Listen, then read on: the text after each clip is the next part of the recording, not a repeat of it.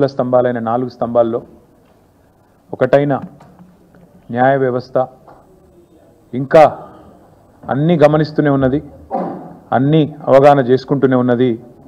తప్పకుండా సరైన సమయంలో సరైన పద్ధతుల్లో స్పందిస్తుంది అని చెప్పి నిన్న సుప్రీంకోర్టులో జస్టిస్ గవాయి గారి నేతృత్వంలో జరిగిన ఆ వాదోపవాదాలు విన్న తర్వాత ఈ దేశంలో సగటు పౌరుడికి న్యాయ వ్యవస్థ మీద గౌరవం పెరిగే విధంగా, ముఖ్యంగా అధికారంలో ఉన్న వాళ్ళ అధికార అహంకారం తగ్గే విధంగా ఉన్నదని చెప్పక తప్పదు. నిన్నటి సుప్రీంకోర్టు యొక్క డైరెక్షన్, ఆ 100 ఎకరాలు ఎప్పుడు రిస్టోర్ చేస్తారు, ఎక్కడైతే మీరు చెట్లు కొట్టేసి ఆ పర్యావరణాన్ని అతలాకుతలం చేసినారో ఎప్పుడు మళ్ళీ తిరిగి పునరుద్ధరిస్తారు, ఎట్లా పునరుద్ధరిస్తారు అనే స్పష్టమైన ఒక రోడ్ మ్యాప్తో రండి. లేకపోతే అక్కడనే అదే స్థలంలో ఒక తాత్కాలిక కారాగారం ఏర్పాటు చేసి, తాత్కాలిక జైలు ఏర్పాటు చేసి మీ అధికారులను జైలుకు పంపుతాం అనే మాట సుప్రీంకోర్టు చెప్పింది. అంటే నిజానికి ఇంకో ముఖ్యమంత్రి అయితే కొంత ఆత్మాభిమానం, కొంత పౌరుషం, కొంత సిగ్గు ఇవన్నీ ఉన్న ముఖ్యమంత్రి అయితే ఈ పాటికి రాజీనామా చేసి పోవాలి. కానీ అక్కడ ఉన్నది రేవంత్ రెడ్డి. ఆయన కిందాక నేను చెప్పిన ఇలాంటి ఏవి కూడా లేవు కాబట్టి సహజంగానే దులుపుకొని పోతూ ఉన్నారు. కానీ నిన్న సుప్రీంకోర్టు డైరెక్షన్ ఏదైతే ఉందో ఇది 100 ఎకరాలు వెంటనే పునరుద్ధరించాలనేది, ఇది విద్యార్థుల విజయం, ఇది హైదరాబాద్ సెంట్రల్ యూనివర్సిటీ యొక్క ప్రొఫెసర్ల విజయం. నిజంగా చెప్పాలంటే ఈ రాష్ట్రంలోని, ఈ దేశంలోని పర్యావరణ ప్రేమికుల విజయంగా చెప్పక తప్పదు. ఇవాళ ప్రపంచవ్యాప్తంగా, దేశంలోనే కాకుండా వివిధ దేశాల్లో ఉండి ఈ అంశం పట్ల స్పందించిన ప్రతి ఒక్కరికి, రేవంత్ రెడ్డి సర్కార్ చేసిన పర్యావరణ విధ్వంసం మీద గలమెత్తిన ప్రతి ఒక్కరికి, వారికి మద్దతుగా నిలబడ్డ ప్రతి ఒక్కరికి కూడా హృదయపూర్వకంగా నా ధన్యవాదాలు, మా పార్టీ తరఫున వారికి అభినందనలు. అయితే ఇక్కడ కంచగచ్చిబౌలి అటవీ భూముల్లో విధ్వంసాన్ని ఆపి పర్యావరణాన్ని పునరుద్ధరించాలని చెప్పినందుకు సుప్రీంకోర్టుకు కూడా వారికి హృదయపూర్వకంగా మా ధన్యవాదాలు. సిఎస్ గారితో పాటు రాష్ట్ర చీఫ్ వైల్డ్ లైఫ్ వార్డెన్కి ఆదేశాలు ఇవ్వడం, అది కూడా నేరుగా సుప్రీంకోర్టు ఇవ్వడం అంటే మరి దానికి మించిన ఇంకో వేదిక లేదు. కాబట్టి తప్పకుండా రాష్ట్ర ప్రభుత్వానికి కూడా ఇది అమలు చేయక తప్పదు. అట్లాగే క్షేత్రస్థాయిలో పర్యటించి ఆ సిఈసి సెంట్రల్ ఎంపవర్డ్ కమిటీ ఏదైతే ఉన్నదో అందరినీ కలిసి వాస్తవాలను వెలుగులోకి తెచ్చినందుకు వారికి కూడా హృదయపూర్వకంగా మా ధన్యవాదాలు. మరి ఇందులో నిన్న సెంట్రల్ ఎంపవర్డ్ కమిటీ రిపోర్టు మీరు ఎంతమంది చూశారో లేదో నాకు తెలియదు. ఎంత తీవ్రంగా ఉంది అంటే సుప్రీంకోర్టు అపాయింట్ చేసిన సాధికార కమిటీ ఇది. ఆ కమిటీ యొక్క రిపోర్ట్లో, కమిటీ వారు అపాయింట్ చేసిన రిపోర్ట్ నా దగ్గర ఇక్కడ ఉంది, వాళ్ళు ఇచ్చిన రిపోర్ట్ ఉంది. ఎంత స్పష్టంగా చెప్పారంటే, ఎన్ని విషయాలు చెప్పారంటే, మేమేదైతే వాదన వినిపించామో ఇక్కడ మొన్న, వారు దాన్ని పూర్తి స్థాయిలో సమర్థిస్తూ పూర్తి స్థాయిలో మేము చేసిన వాదన కరెక్ట్ అంటూ సెంట్రల్ ఎంపవర్డ్ కమిటీ స్పష్టం చేసింది. మీరు చూసినట్టయితే వారు చెప్పిన కొన్ని మాటలు నేను యథాతథంగా కోట్ చేస్తున్నాను. I'm just merely coating the committees report. ఇది నా కవిత్వం కాదు. Prima facie the subject land seems to be under the ownership of university of Hyderabad అని చెప్పి ఓనర్షిప్ విషయంలో సూత్రప్రాయంగా మౌలికంగా ఈరోజు హైదరాబాద్ సెంట్రల్ యూనివర్సిటీ పొజిషన్లో ల్యాండ్ ఉంది కాబట్టి ఇది పరిగణలోకి తీసుకోవాలని ఒకటి చెప్పారు. రెండవది వారు చెప్పిన మాట, until the ownership and legality of the land use are settled by this honorable court, all ongoing or proposed actions to mortgage, lease or commercially exploit the land by TGIAC may be stayed by this honorable court to prevent further financial and legal complications. ఈ విషయం తేలేదాకా, ఈ విషయం ownership విషయం కానీ, legality of the land use అంటే అక్కడ అడవి ఉండగా కూడా అడవిని ధ్వంసం చేసి కట్టొచ్చా లేదా అనేది కానీ తేలేదాకా, సుప్రీంకోర్టు తేల్చేదాకా all ongoing or proposed actions to mortgage, to lease or to commercially exploit అంటే అక్కడ కట్టడాలు కానీ, తాకట్టు పెట్టడాలు కానీ, అట్లాగే లీజ్కి ఇవ్వడాలు కానీ, ఇవన్నిటిని కూడా తక్షణమే ఆపే విధంగా, స్టే చేసే విధంగా సుప్రీంకోర్టు చొరవ తీసుకోవాలని చెప్పి కూడా సెంట్రల్ ఎంపవర్డ్ కమిటీ నిన్న రిపోర్ట్లో చెప్పింది. అట్లాగే వారు చెప్పిన ఇంకొక మాట, in view of the seriousness of violations and potential financial impropriety, an independent investigation by any specialized agency may be ordered.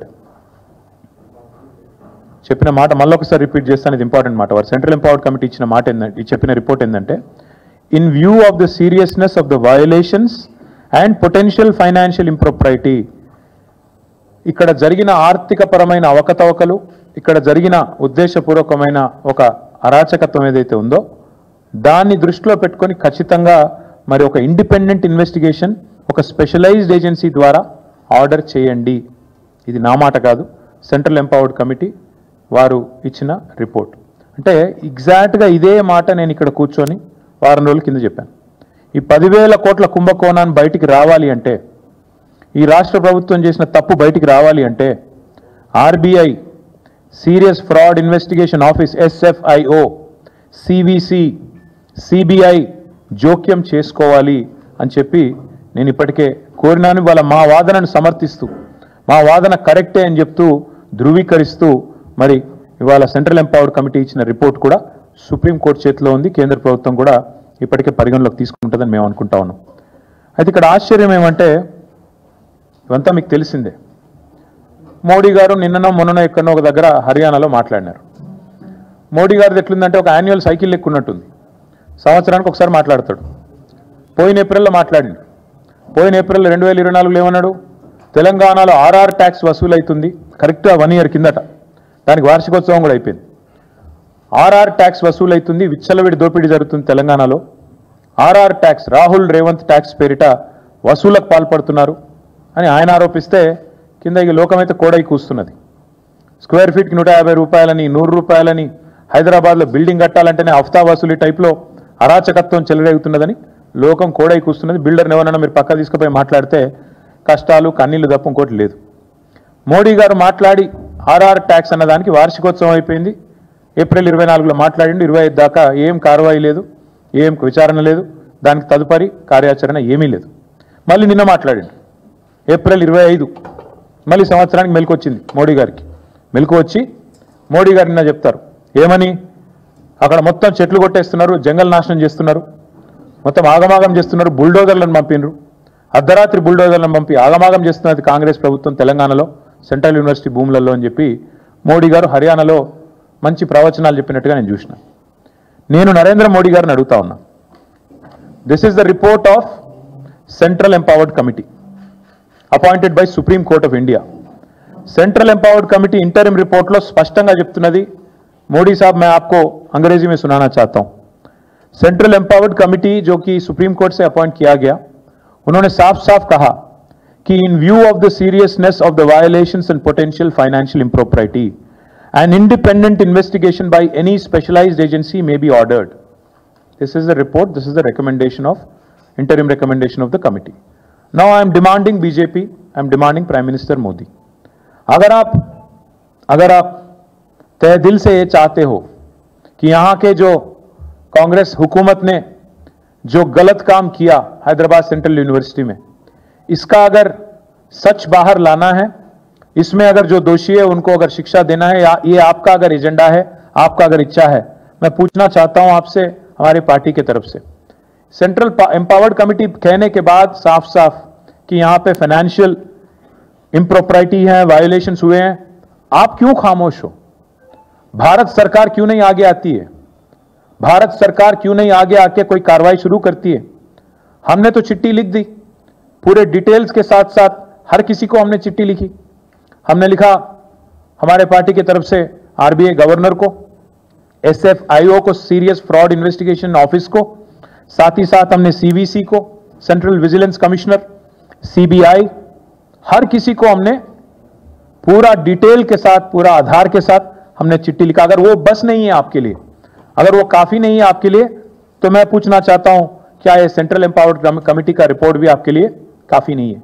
अगर मोदी जी और बीजेपी लीडर कार्रवाई नहीं शुरू करते हैं और इमीडिएटली अगर इस बारे में कोई कार्रवाई नहीं शुरू करते हैं और एक्शन इमीडिएटली स्टार्ट नहीं करते हैं, हमें तो और तेलंगाना जनता को यह मानना पड़ेगा कि आप बातों वाले पार्टी है, काम तो कुछ करते नहीं हो.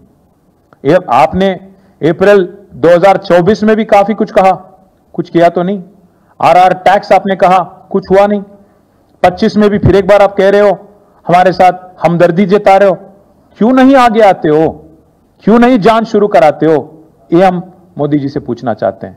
మోదీ గారిని మేము అడిగేది ఒకటే, 2024 2025 ఏప్రిల్లో అప్పుడు ఒకసారి ఆర్ఆర్ ట్యాక్స్ అని, ఇప్పుడు ఒకసారి హెచ్సిలో ఏదో జరిగిపోయిందని చెప్పి ఆవేదన వ్యక్తం చేయడం కాదు, లిప్ సింపతి కాదు మేము కోరుకునేది. మీరు నిజంగానే చిత్తశుద్ధిగా ఉంటే పర్యావరణం విషయంలో, ఈ పర్యావరణాన్ని కాపాడే విషయంలో వెంటనే సెంట్రల్ ఎంపవర్డ్ కమిటీ చెప్పినట్టుగా ఇండిపెండెంట్ ఇన్వెస్టిగేషన్, ఒక సుప్రీంకోర్టు జడ్జిని వేయండి, ఒక సుప్రీంకోర్టు జడ్జిని అపాయింట్ చేయండి. మీరు వెంటనే ఇన్వెస్టిగేషన్కి ఆదేశించండి. లేదా మీ చేతిలో ఉన్న సంస్థలు, ఆర్బీఐ ఉంది, ఎస్ఎఫ్ఐఓ ఉంది, సివిసి ఉంది, సిబిఐ ఉంది, investigation agency of your choice. We demand answers from central government, union government. You come forward. Congress वाले एट्ला कापाड़तारु, राहुल गांधी नोरिप्पाडु, हम जब भी कोई आपत हो मैं आ जाऊंगा, राहुल गांधी చెప్పిన డైలాగ్. మీకు ఆపద ఉంటే నేను వస్తా. రోహిత్ వేముల ఘటన జరిగినప్పుడు 2 సార్లు హైదరాబాద్ సెంట్రల్ యూనివర్సిటీకి వచ్చిన రాహుల్ గాంధీ గారు చెప్పిన మాట, మీకు ఎప్పుడు ఏ సమస్య ఉన్నా నేను వస్తా అన్నాడు. ఇప్పుడు పత్తా లేడు. అందుకే నేను అంటున్నాను, కాంగ్రెస్ వాళ్ళు ఎట్లాగూ నోరు మెదపరు, వాళ్ళకు ఢిల్లీకి బ్యాగులు పోతున్నాయి, మూటలు పోతున్నాయి, వాళ్ళు నోరు తెరవరు. మీరెందుకు తెరుస్తలేరు? బీజేపీకి ఏం అడ్డం వస్తున్నది? ఇంత స్పష్టంగా సెంట్రల్ ఎంపవర్డ్ కమిటీ చెప్పిన తర్వాత, వేలాది వృక్షాలు కులగొట్టినారని మీరే చెప్తున్న తర్వాత, అక్కడ జంతువులకు మరి జాగలేకుండా చేసి వాటి సావులకు కారణమవుతున్నారని చెప్పిన తర్వాత మీరెందుకు ఈ వెనక్కి పోతున్నారని అడుగుతా ఉన్నాం. ఇంకా సెంట్రల్ ఎంపవర్డ్ కమిటీ ఎంత సీరియస్ అలిగేషన్స్ చేసిందంటే, వాళ్ళు చెప్పిన రిపోర్ట్ ఇది, పారా number 49. The manner in which TGIAC cleared the land raises serious questions regarding both intent and procedure.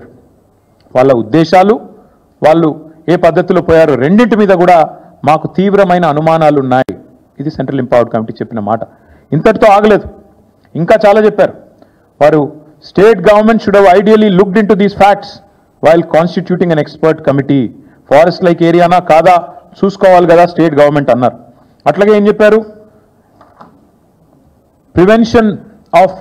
Prevention and control of pollution act 1981, అదేవిధంగా వాటర్లో prevention and control of pollution act 1974, ఈ రెండింటికి సంబంధించి EIA environmental impact assessment ఏదైతే జరగాలో, it appears to be a deliberate act by TGIAC to bypass environmental scrutiny.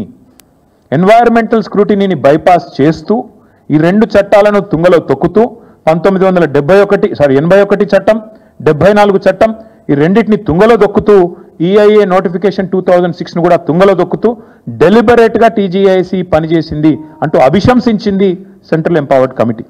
అట్లాగే ఇంకా చాలా చెప్పారు. CEC after examination of historical documents and agreements, the central empowered committee is of the opinion that the University of Hyderabad prima facie appears to be the rightful legal owner of the subject land.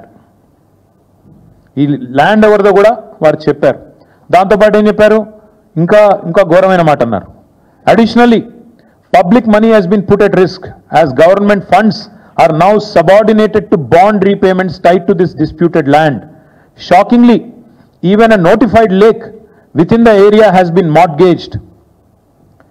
ప్రజల పైసలు, రాష్ట్ర సంపద మీ దుందుడుకు చర్యల వల్ల ప్రమాదంలో పడింది. ఇది నా మాట కాదు, సెంట్రల్ ఎంపవర్డ్ కమిటీ మాట.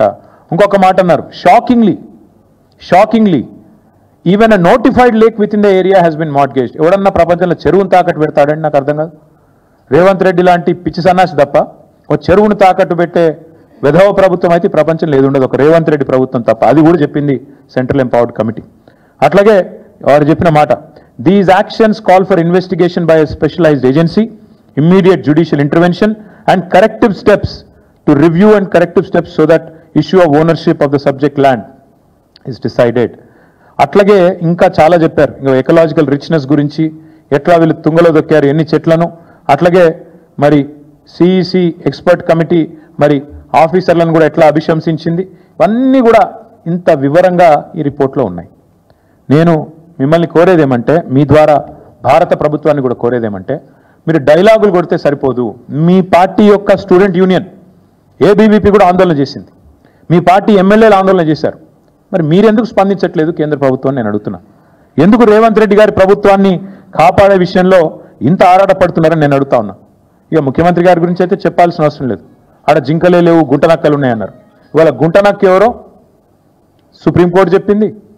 నిన్నటిదాకా ప్రచారం చేశారు, ఏఐ జనరేటెడ్ వీడియోలు అని చెప్పి కేసులు కూడా పెట్టారు. ఆఖరికి ఇంత మూర్ఖపు ప్రభుత్వం అంటే రీట్వీట్ చేస్తే కూడా కేసు పెట్టారు ఏఐ జనరేటెడ్ వీడియోలని. అరే నేను అడుగుతా ఉన్నా, మరి నిన్న గవాయి గారు అన్నారు అది ఏఐ జనరేటెడ్ కాదు, మన్ను కాదు, మేము చూసినాం వీడియోలు, ఆ మూగజీవుల ఆర్తనాదాలు విన్నాం. మరి గవాయి గారి మీద కూడా కేసు పెడతావా? పెడతాడేమో రేవంత్ రెడ్డి, పెట్టినా పెడతాడు. అంటే ఎంత మూర్ఖపు ప్రభుత్వం అంటే ఇవాళ ఆడ చచ్చిపోతున్న జింకలు లేవంటాడు, గుంటనక్కలు ఉన్నాయంటాడు. ఇంకా దారుణం, అక్కడ మొత్తంగా అన్నిటికన్నా దారుణమైన విషయం ఇవాళ చేయాల్సిందంతా ముఖ్యమంత్రి చేస్తాడు. ఈ దూకుడంతా ముఖ్యమంత్రిదే, ఆ పైసల వేట ముఖ్యమంత్రిది, మూటల వేట ముఖ్యమంత్రిది. కానీ బలి పశువులు అవుతున్నది ఎవరు? చీఫ్ సెక్రటరీ గారు, అధికారులు. అందుకే మేము అధికారులకు కూడా చెప్తున్నాం, జాగ్రత్తగా ఉండండి. ఇవాళ ఐఏఎస్ అధికారుల వంతు, ఫారెస్ట్ అధికారుల వంతు అయింది. నేను పోలీస్ అధికారులకు కూడా చెప్తా ఉన్నా, ఇష్టం వచ్చిన కేసులు పెడుతున్నారు. రేవంత్ రెడ్డి ప్రైవేట్ సైన్యంలాగా పనిచేస్తూ ఉన్నారు కొంతమంది, అందరిని అనను, కొంతమంది. ఆ కొంతమందికి నేను చెప్తున్నా, మిమ్మల్ని కూడా వదిలిపెట్టాం, మీ మీద కూడా సుప్రీంకోర్టుకు పోతాం. ఇష్టానుసారం చెలరేగిపోయి అడ్డమైన కేసులు పెడుతున్న పోలీస్ అధికారులు ఎవరైతే ఉన్నారో ఆ కొంతమందికి నేను చెప్తా ఉన్నా, అందరినీ కాదు. అందరూ ఉలిక్కిపడాల్సిన అవసరం లేదు. ఎవరైతే రేవంత్ రెడ్డి ప్రైవేట్ ముఠాలాగా పనిచేస్తున్నారో వాళ్ళకి నేను చెప్తున్నా, మీరు కూడా సుప్రీంకోర్టుకు పోయి మేము మిమ్మల్ని కూడా బయట పెడితే మీరు కూడా ఊచలు లెక్క పెట్టాల్సి వస్తుంది. మీరు కూడా సుప్రీంకోర్టుతో తలవాచి తిట్లు తినాల్సి వస్తుంది. మీకు కూడా ఇగో వీళ్ళకి పట్టిన గతే మీకు కూడా పడుతుంది. జాగ్రత్తగా ఉండండి. ఖచ్చితంగా పోతాం. ఇప్పటికే రీట్వీట్లు చేస్తే కేసులు, దానికి కూడా కేసు పెడతారు. అన్ని ప్రపంచంలో ఎక్కడ చూడలేదు ఇది. అంటే ఇంత మూర్ఖంగా మరి ఈ ప్రభుత్వం చేస్తున్న వ్యవహారాన్ని ఇవాళ సుప్రీంకోర్టు ఏదైతే ఎండగట్టిందో వారికి అభినందనలు తెలియజేస్తూ మరి మేము కూడా ఎదురు చూస్తాం. ఇవాళ 17వ తారీఖు నెలాఖరు దాకా చూస్తాం. ఎందుకంటే మోడీ గారి ప్రభుత్వం నిజంగా వారు ఏమైనా చెప్పేది నిజమా కాదా, బీజేపీకి ఏమైనా చిత్తశుద్ధి ఉన్నదా లేదా చూస్తాం. తర్వాత కూడా ఓపికగా కేంద్ర ప్రభుత్వ సంస్థల దగ్గరికి పోతాం. మా మీటింగ్ కూడా ఉంది ఏప్రిల్ 27. అది అయిపోయాక కేంద్ర ప్రభుత్వ సంస్థల దగ్గరికి మా పార్టీ నుంచి పోతాం. పోయి వారికి ఆధారాలతో సహా మళ్ళీ ఇస్తాం, ఫిజికల్గా ఇస్తాం. అప్పుడు కూడా స్పందించకపోతే ప్రజాక్షేత్రంలో బీజేపీని కూడా తప్పకుండా ఎండగడతాం. మీకు చిత్తశుద్ధి లేదు, రేవంత్ రెడ్డి ప్రభుత్వాన్ని కాపాడుతున్నదే మీరు అని చెప్పాల్సి వస్తుంది.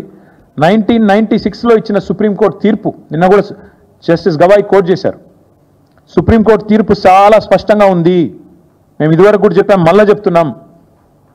ఏదైతే ఓనర్షిప్తో నిమిత్తం లేకుండా ఫారెస్ట్ క్యారెక్టరిస్టిక్ ఉంటే అది ఫారెస్ట్ ల్యాండే అని చెప్పిన తీర్పు ఏదైతే ఉందో దాన్ని కూడా తుంగలో దొక్కింది రాష్ట్ర ప్రభుత్వం. అందుకే మేమనేది ఈ ఆర్థిక దోపిడీ, ఈ పర్యావరణం మీద జరిగిన అరాచక దాడి, వీటన్నిటి విషయంలో ఖచ్చితంగా నరేంద్ర మోడీ గారు స్పందించాలి.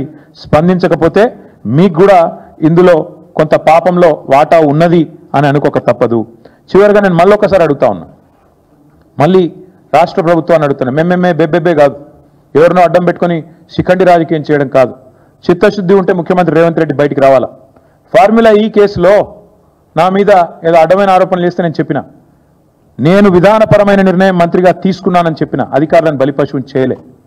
ఐఏఎస్ అధికారులను వాళ్ళను వీళ్ళను ముంగట దోసేసి నేను వెనకకు తప్పుకోలే. ఎస్, ఏమైనా ఆ విధానపరమైన నిర్ణయం విషయంలో మీకేమైనా అభ్యంతరం ఉంటే దానికి బాధ్యత నేను తీసుకుంటా అని చెప్పి ఇప్పుడు కూడా చెప్తున్నా. రాజకీయం అంటే అట్లా చేయాలి, అంతేగాని మంచి జరిగితే నాది, చెడు జరిగితే అధికారులది అని ముందు పెట్టి వాళ్ళని బలిపశువులను చేసే కుసంస్కారం మా పార్టీకి లేదు. ఇవాళ నేను రేవంత్ రెడ్డిని అడుగుతా ఉన్నా, నువ్వు చెప్పు, బయటికి రా. ఇప్పటిదాకా నోరు విప్పలే. 400 ఎకరాల భూమిని, నీది కాని భూమిని టీజీఐఏసీ తాకట్టు పెట్టి 10,000 కోట్ల అప్పు తీసుకోవడం తప్పు కాదా? నంబర్ 1. యాజమాన్య హక్కులు లేకుండా ఆర్థిక సంస్థలను, బ్యాంకులను మోసం చేయడం నేరం కాదా? నేను అడుగుతా ఉన్నా. ఆర్థిక సంస్థలను మోసం చేసిన ముఖ్యమంత్రిని, టీజీఐఏసీ సంస్థను విచారించకపోతే మోడీ గారి తప్పు కాదా? కేంద్ర ప్రభుత్వ తప్పు కాదా? సెంట్రల్ ఎంపవర్డ్ కమిటీ రిపోర్ట్ ఇంత స్పష్టంగా ఉన్న తర్వాత కూడా కేంద్ర ప్రభుత్వం యాక్ట్ చేయకపోతే కేంద్ర ప్రభుత్వం కూడా ఇందులో కంప్లిసిట్ కాదా? ఇందులో వారికి కూడా వాటా ఉందని అనుకోవడం తప్పవుతుందా? హడావుడిగా కుట్రపూరితంగా 170 కోట్ల రూపాయలను లోన్లు తీసుకొని రావడం కోసం ఒక బ్రోకర్ సంస్థకు అప్పచెప్పడం, కమిషన్ ఇవ్వడం ప్రజాధనాన్ని దుర్వినియోగం చేయడం కాదా? మార్కెట్ రేట్ కంటే 3% ఎక్కువగా 6.6% సిఆర్ఆర్ ఉంటే 3% ఎక్కువ పెట్టి 9.5% వడ్డీకి లోన్లు తీసుకొచ్చి అనుచిత ఆర్థిక లబ్ధి మరి బ్రోకర్ సంస్థకు చేకూర్చడం, బీకన్ అనే సంస్థకు చేకూర్చడం మీద విచారణ జరగాల్సిన అవసరం లేదా? ఇందులో మోడీ గారి ప్రభుత్వానికి బాధ్యత లేదా? అన్ని రకాల నిబంధనలు తుంగలో దొక్కి పర్యావరణ హననానికి పాల్పడి భారీ అవినీతికి పాల్పడ్డ రాష్ట్ర ప్రభుత్వం, రాష్ట్ర ముఖ్యమంత్రి అధికారులను బలిపశువు చేస్తామంటే కుదరదు. ఖచ్చితంగా రాష్ట్ర ప్రభుత్వం, రాష్ట్ర ముఖ్యమంత్రి మీద వెంటనే మేము డిమాండ్ చేసిన విధంగా CBC, CBI, SFIO, RBI, SEBI investigation start చేయాలని చెప్పి మేము డిమాండ్ చేస్తా ఉన్నాం. కేంద్ర ప్రభుత్వానికి చిత్తశుద్ధి ఉంటే వచ్చే ఈ నెలాఖరు లోపల స్పందించండి. వెంటనే అవసరమైతే ఒక సుప్రీంకోర్టు సిట్టింగ్ జడ్జిని పెట్టండి, లేదా మీ ఇష్టమున్న ఏజెన్సీని ముంగట పెట్టండి, వెంటనే విచారణకు ఆదేశించండి అని చెప్పి డిమాండ్ చేస్తూ, మరి కేంద్ర ప్రభుత్వం మాటలతోనే సరిపెట్టకుండా, లిప్ సింపతితోనే సరిపెట్టకుండా నిజంగా ఈ విషయంలో సీరియస్గా ఉంటే ముందుకు రావాలని చెప్పి డిమాండ్ చేస్తూ మళ్ళొక్కసారి సుప్రీంకోర్టుకు తెలంగాణ ప్రజల పక్షాన హైదరాబాద్ సెంట్రల్ యూనివర్సిటీ విద్యార్థులు అక్కడ పోరాటం చేసిన ప్రతి ఒక్కరి తరపున, మా పార్టీ తరపున హృదయపూర్వకంగా వారికి ధన్యవాదాలు, నమస్కారాలు.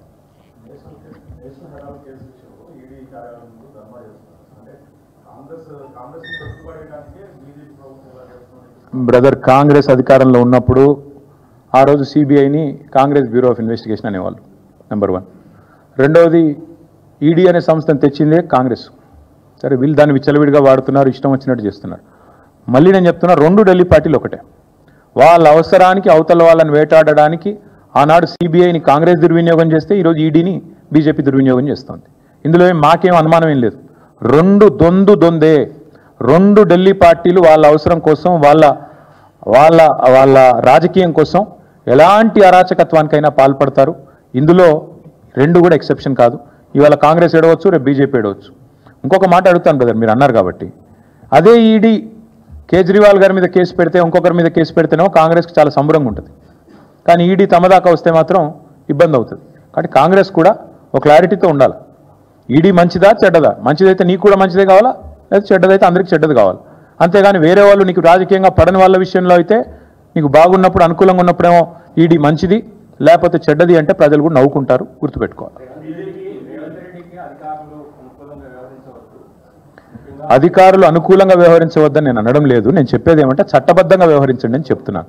రేవంత్ రెడ్డి అనే మూర్ఖుడు ఒకవేళ తప్పుడు పనులు చేస్తే, ఆ తప్పుడు పనులకు ఎవరైనా వంత పాడితే వాళ్ళు కూడా చట్టపరంగా ఇబ్బందులు పడతారు. ముఖ్యంగా పోలీసులు ఎవరైతే ఇవాళ రెచ్చిపోయి రేవంత్ రెడ్డి గారి ప్రైవేట్ సైన్యంలాగా పనిచేస్తున్నారో, మా కార్యకర్తలు, మా సామాన్యమైన మరి క్షేత్రస్థాయిలో పనిచేసే సోదరుల మీద కూడా కేసులు పెడుతున్నారో వాళ్ళకి నేను చెప్తున్నా, వాళ్ళెవరో వాళ్ళకు కూడా తెలుసు. ఎక్స్ట్రాల్ చేస్తే సుప్రీంకోర్టు ఉంది, ఈ దేశంలో న్యాయ వ్యవస్థ బతికే ఉంది. మేము కూడా కోర్టుకు పోతాం, మీరు కూడా ఊచలు లెక్క పెట్టక తప్పదని చెప్తాం.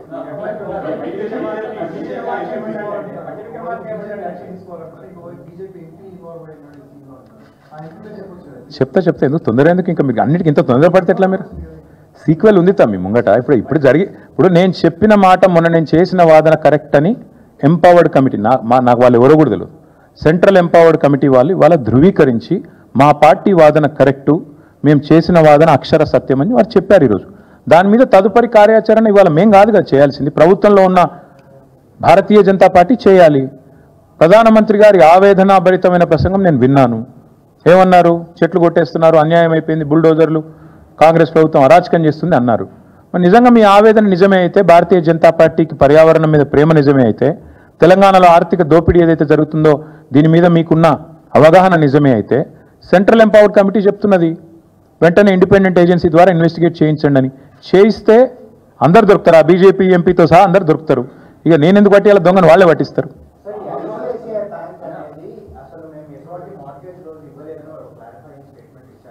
వాళ్ళు ఇచ్చారు. కానీ ఉజ్వల్ గారు ఇక్కడ ఐసీఐసీఐ, బీసీఐసీఐ అవన్నీ తర్వాత సంగతి. రేవంత్ రెడ్డి అనేటోడు ఒక ఆర్థిక దోపిడీ చేసిండు. నేను చెప్పుడు కాదు, అలా సిఈసీ చెప్తున్నది. ఇక రామాయణంలో పిడకల వేట లెక్క నేను బ్యాంకుగా పనిచేసిన మార్ట్గేజ్ చేయలే, అవన్నీ నాకెందుకు? బీకన్ ఇచ్చిందో, వీడిచ్చిండో, వాడిచ్చిండో, మొత్తానికి దోపిడీ జరిగిన మాట వాస్తవం, పర్యావరణ హననం జరిగిన మాట వాస్తవం, ఫైనాన్షియల్ ఇంప్రాపరిటీ జరిగిన మాట వాస్తవం, వయలేషన్లు జరిగిన మాట వాస్తవం. ఇది నేను చెప్తున్నది కాదు, సెంట్రల్ ఎంపవర్డ్ కమిటీ చెప్తున్నది. Now if you want to live in denial and say that Central Empowered Committee is also wrong, then I only hope that Union government will wake up and let Revanth Reddy smell the coffee. అదే అన్న, ఒకరు కాదమ్మా, ఈ రాష్ట్రంలో క్షేత్రస్థాయి నుంచి చిన్న కార్యకర్తల నుంచి మొదలుపెట్టి ఈ ప్రభుత్వం ఎంత పిరికి ప్రభుత్వం అంటే, ఈ ముఖ్యమంత్రి ఎంత పిరికి సన్నాసి అంటే, ఇంకా దర్శనం వెంకటయ్య అనో పెద్ద మనిషి, ఒక దళితుడు, ఆయనను తీసుకుపోయి జైల్లో పెట్టిరు. అది గింత మూర్ఖులా? అంటే నిన్ను ప్రజలు మంచిగా చేస్తే పొగుడుతారు, చెడు చేస్తే తిడతారు. నీకు అదే ప్రజలు కదా అధికారం ఇచ్చింది, వాళ్ళే కదా ఓట్లు వేస్తే నువ్వు అక్కడ కూర్చున్నావు.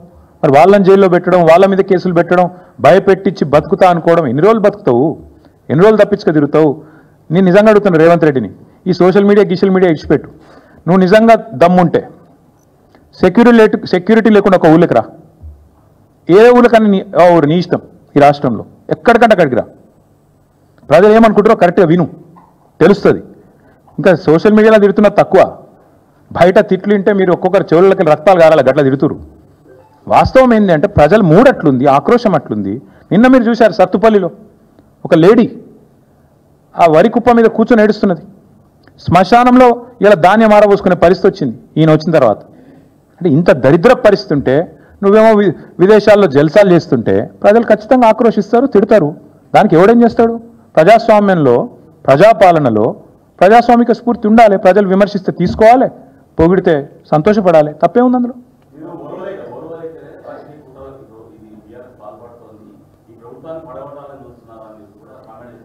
బ్రదర్, ఒక మాట, ఈ దేశంలో ఆయారాం గయారాం అనే సంస్కృతిని రాజకీయాల్లో పార్టీ ఫిరాయింపులను తీసుకొచ్చిందే కాంగ్రెస్ పార్టీ. ఆయారాం గయారాం అని స్టార్ట్ చేసింది హర్యానాలో ఇందిరాగాంధీ. ఆడికెళ్ళి ఇప్పటిదాకా 2004లో మాతో పాటు కలిసి పోటీ చేశారు వీళ్ళు, ఇదే కాంగ్రెస్ వాళ్ళు. పోటీ చేస్తే 26 మంది మేము గెలిచినాం. అలా మా ఎమ్మెల్యేలు 10 మందిని గుంజుకపోయి కాంగ్రెస్లో కలుపుకోలేదా? నిజం కాదా? ఇక మా లక్ష్మారెడ్డి సాబ్ ఇన్నే ఉన్నాడు, ఆయన గెలిచిండారు 2004లో. మాతో పాటు 26 మంది గెలిస్తే అసలు పార్టీ ఫిరాయింపుల సంస్కృతికి తెలంగాణలో బీజం వేసింది ఎవడండి? కాంగ్రెస్ వాడు కాదా? వాళ్ళు తీసుకున్నదే వాళ్ళు. మరి ఇప్పుడు నీవు నేర్పిన విద్య నీరజాక్ష అన్నట్టు మొన్న కూడా మళ్ళీ 10 మందిని తీసుకున్నారు కదా. ఇప్పుడు పాపం వాళ్ళు ఎక్కడున్నారో వాళ్ళకి ఎదులో త్రిశంకు స్వర్గంలో కడియం శ్రీయర్ నడితే ఏ పార్టీలు ఉన్నాయంటే నాకేం తెలుసు అంటుండు. 10 మంది ఉన్నారు, ఏ పార్టీలు ఉన్నారో ఎవడు చెప్పలేడు. పాపం వాళ్ళ బతుకంత ఘోరంగా అయిపోయింది వాళ్ళ అధ్వానంగా. నేనేమంటున్నా అంటే చేసిన వెధవ పనులన్నీ చేసి మా ప్రభుత్వాన్ని ఎవడ వడగొడతాడు? మేము వడగొట్టుడేంది? ఎప్పుడో బంగ్లాదేశ్ లెక్క తిరుగుబాటు వచ్చి ప్రజలకు తాను నిలగొట్టి నిలగొడతారు మిమ్మల్ని. ఎందుకంటే మీరు చేసే లుచ్చ పనులకు ప్రజలకు కోపం వచ్చిందనుకో, రోడ్డు ఎక్కిండ్రు అనుకో, వాళ్ళ ఆగ్రహం తట్టుకోలేకపోతే ఎవడేం చేస్తాడు దానికి? మీ ప్రభుత్వాన్ని కూలగొట్టాల్సిన ప్రభాకర్ రెడ్డి చెప్పింది అక్షర సత్యం. ప్రభాకర్ రెడ్డి కరెక్ట్గా చెప్పిండు. ఏం చెప్పిండు? ప్రజలు మా దగ్గరకు వచ్చి ఆక్రోషిస్తున్నారని చెప్పిండు. ఏమన్నాడు? అన్న మేము తిరుగుతున్నప్పుడు వచ్చిన వాళ్ళు వచ్చి అంటారు ఎన్ని రోజులు భరించాలి దరిద్రాన్ని, ఎత్తవతల వాడే రాదుండ్రన్నా అంటున్నారు. మేము చేస్తామని చెప్పలేదు కదా, ప్రజలు చెప్తున్నారు, ఇట్లా అంటున్నారు.